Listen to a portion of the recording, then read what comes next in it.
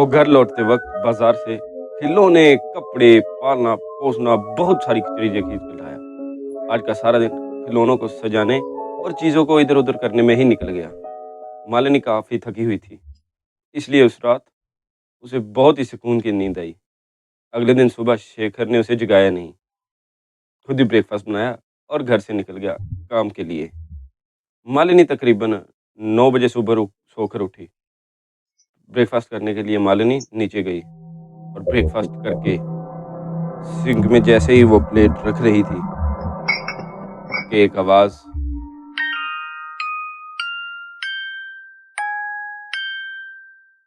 मालिनी ने उस खिलौने को उठाया और उसकी चाबी बंद कर दी। खिलौने को किनारे रखकर मालिनी ने ऊपर वाले कमरे में जाने के लिए जैसे ही पहले सीढ़ी ऊपर कदम रखा, ऊपर से बॉल गिरते हुए नीचे आई।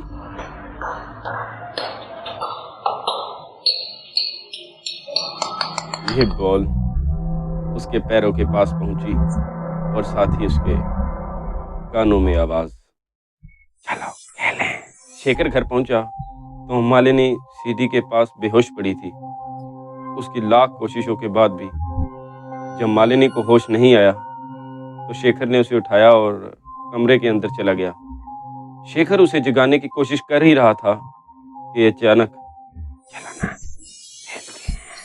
शेखर की हालत सियानी बिल्ली खमानों की जैसी थी। ना गुस्सा कर पा रहा था, ना ही अपने गुस्से को रोक पा रहा था। उसने गेंद उठाई और सीधा खिड़की से बाहर फेंक दिया। गेंद बाहर फेंकते ही मालिनी को धीरे धीरे होश आने लगा था। होश में आ चुकी मालिनी के लिए पानी लेने शेखर नीचे गया।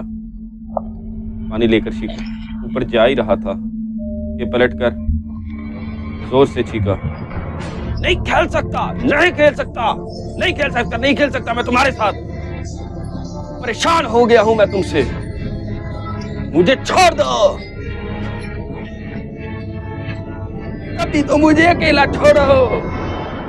चीख पुकार सुनकर मालिनी दौड़ी दौड़ी बाहर आई और शेखर से उसे चिल्लाने का कारण पूछते हुए सीढ़ियों से उतरी रही थी कि अचानक कैसे कैसे उसके कदम फिसले और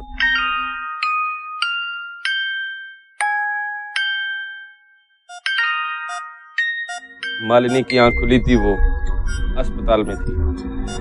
सामने था एक पूरा सच कि मालिनी के मां बनने का सपना टूट चुका था। मालिनी को अपने सारे सवालों के जवाब मिल गए थे कि क्यों और किस पर शेखर उस दिन चिल्लाकर कह रहा था, नहीं खेल सकता हूं, नहीं खेल सकता हूं, नहीं खेल सकता हूं तुम्हारे साथ। परेशान हो गया हूं मैं तुमसे, मुझे छोड़ दो।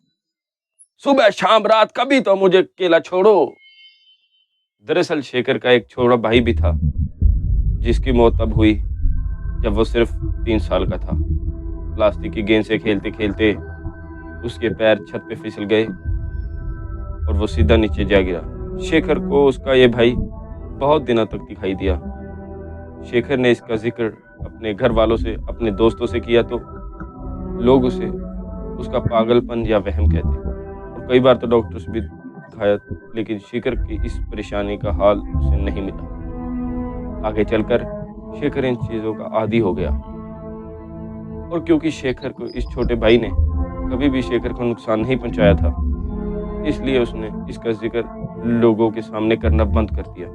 ये बात शेखर के मालिनी को भी बता रखी थी और शेखर का वो छोटा भाई इस तरह से वापस आएगा उनकी जिंदगी में, ये उन्हें नहीं मालूम था ना, जब मालिनी की कोख में एक नई जिंदगी थी। आज इस बात को करीबन 2 साल हो चुके हैं। मालिनी और शेखर की एक बेटी भी है, लेकिन आज भी मालिनी अस्पताल से डिस्चार्ज होने के बाद उस पुराने घर में बिताए गए आखिरी एक हफ्ते को भुला नहीं पाई है। उस घर में बिताए एक हफ्ते आखिरी को सिर्फ एक ही बात मालिनी को आज तक याद है, और वो थी, भाभी, ओ भाभी, इस घर में सबसे छोटा मैं हूँ। छोटा, कोई नहीं आएगा, मेरे साथ खेलो ना।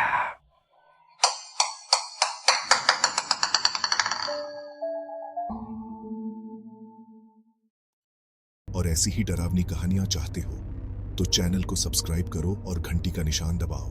अगली बार फिर मिलते हैं एक नई कहानी लेकर। तब तक अलविदा।